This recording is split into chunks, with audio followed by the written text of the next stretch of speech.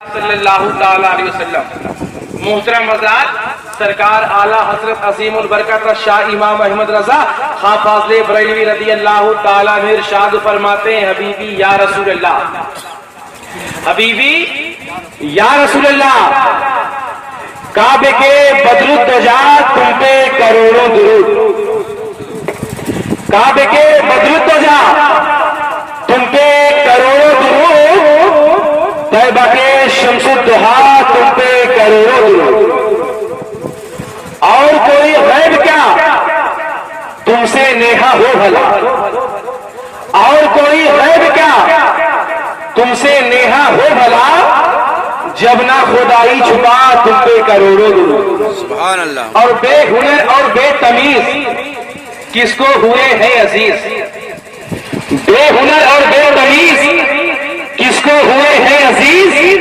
ایک تمہارے سوا تم پہ کروڑوں درود۔ اور محترم حضرات، علامہ حسن رضا خواہ فاضل بریلوی ارشاد فرماتے ہیں، خواجہ ہند وہ دربار ہے اعلیٰ تیرا، خواجہ ہند وہ دربار ہے اعلیٰ تیرا، کبھی محروم نہیں مانگنے والا تیرا، کبھی محروم نہیں مانگنے والا تیرا۔ محترم حضرات، آج یہ محفل ہم نے کیوں سجائی ہے، آج یہ محفل ہم نے کیوں منائی ہے، آج ہم راتوں میں کیوں جاگ رہے ہیں، آخر راتوں میں بیدار کیوں ہے، آخر نبی کی محفل میں کیوں بیٹھے ہیں، آخر اپنی نیند کو کھو کر جو ہے بیدار ہو کر کیوں بیٹھے ہیں؟ تو سنو محترم صاحب، ہم زندہ نبی کے زندہ چاہنے والے ہیں، زندہ نبی کے زندہ ماننے والے ہیں، زندہ نبی کے زندہ محبت کرنے والے ہیں، اور دنیا کو پیغام دیا کرتے ہیں، اے دنیا غور سے سن لے، ارے ہم زندہ نبی کے زندہ چاہنے والے ہیں، اور دنیا سے کہا کرتے ہیں ہماری صبح زندہ ہے، ہماری شام زندہ ہے، ہمارے دل کی تختی پر نبی کا نام، سبحان اللہ، ہماری صبح زندہ ہے، ہماری شام زندہ ہے، ہمارے دل کی تختی پر نبی کا نام زندہ ہے۔ اور محترم حضرات، ہم کس کے ماننے والے ہیں، ہم کس کے چاہنے والے ہیں؟ ارے ہندوستان کی سرزمین پہ ہم اپنے سے نہیں بیٹھے ہیں، بلکہ ہندوستان کی سرزمین پہ ہم تب بیٹھے ہیں جب ہم کو ہمارے خواجہ نے بیٹھایا ہے، ہمارے خواجہ نے بسایا ہے، ہم کھانے کی کوشش کر کے ہو، ارے پرتھوی رائی جب ہاتھ جھک گیا میرے خواجہ کے ایک بیٹھا ہوئے اونٹ کو اٹھا نہ سکا، تب تم تقریباً 25 کروڑ کو کیسے اٹھا گئے؟ سبحان اللہ، سبحان اللہ۔ ہندوستان میں اپنے سے نہیں بیٹھے ہیں، ہم کو ہمارے خواجہ نے بیٹھایا ہے۔ آپ کہتے ہو باہر سے آئے ہیں، باہر کے یہاں کے نہیں، باہر سے آئے تو سنو سنو، باہر سے آنے والے دو طرح کے لوگ، توجہ چاہتا ہوں، باہر سے آنے والے دو طرح کے لوگ، ایک ہندوستان کی سرزمین پہ باہر سے آیا تو زمین کے لیے آیا، جو زمین کے لیے آیا وہ ہتھیار لے کے آیا، جو زمین کے لیے آیا وہ سپاہی لے کے آیا، جو زمین کے لیے آیا وہ بارود لے کے آیا، جو زمین کے لیے آیا حکومت کرنے کے لیے آیا، جو زمین کے لیے آیا لڑنے کے لیے آیا، جو زمین کے لیے آیا لڑانے کے لیے آیا، جو زمین کے لیے آیا سپاہی لے کے آیا، جو زمین کے لیے آیا تلوار لے کے آیا، جو زمین کے لیے آیا وہ نیزہ لے کے آیا، جو زمین کے لیے آیا وہ بھالا لے کے آیا، جو زمین کے لیے آیا وہ وزیر لے کے آیا، لیکن جو دین کے لیے آیا وہ نماز لے کے آیا، جو دین کے لیے آیا وہ مصلی لے کے آیا، جو دین کے لیے آیا وہ سجدہ لے کے آیا، جو دین کے لیے آیا وہ رکوع لے کے آیا، جو دین کے لیے آیا وہ تسبیح لے کے آیا، جو دین کے لیے آیا وہ مصلی لے کے آیا، جو دین کے لیے آیا وہ سجدہ لے کے آیا، جو دین کے لیے آیا اخلاق لے کے آیا، جو دین کے لیے آیا کردار لے کے آیا، جو دین کے لیے آیا محبت لے کے آیا، جو دین کے لیے آیا غسل لے کے آیا، جو دین کے لیے آیا وضو لے کے آیا، جو دین کے لیے آیا وہ طہارت لے کے آیا۔ ارے زمین کے لیے آنے والے کے نام بابر ظہیر الدین ہے، تو جو زمین کے لیے آیا وہ بابر ظہیر الدین ہے، اور جو دین کے لیے آیا وہ خواجہ معین الدین ہے، خواجہ معین الدین ہے۔ وہ بابر ظہیر الدین کے چاہنے والے تمہیں کابل میں ملیں گے، ظہیر الدین کے فالو کرنے والے تمہیں کابل میں ملیں گے، اور غریب نواز کے چاہنے والے تمہیں پورے بھارت میں ملیں گے، تمہیں پورے بھارت میں ملیں گے۔ سبحان اللہ۔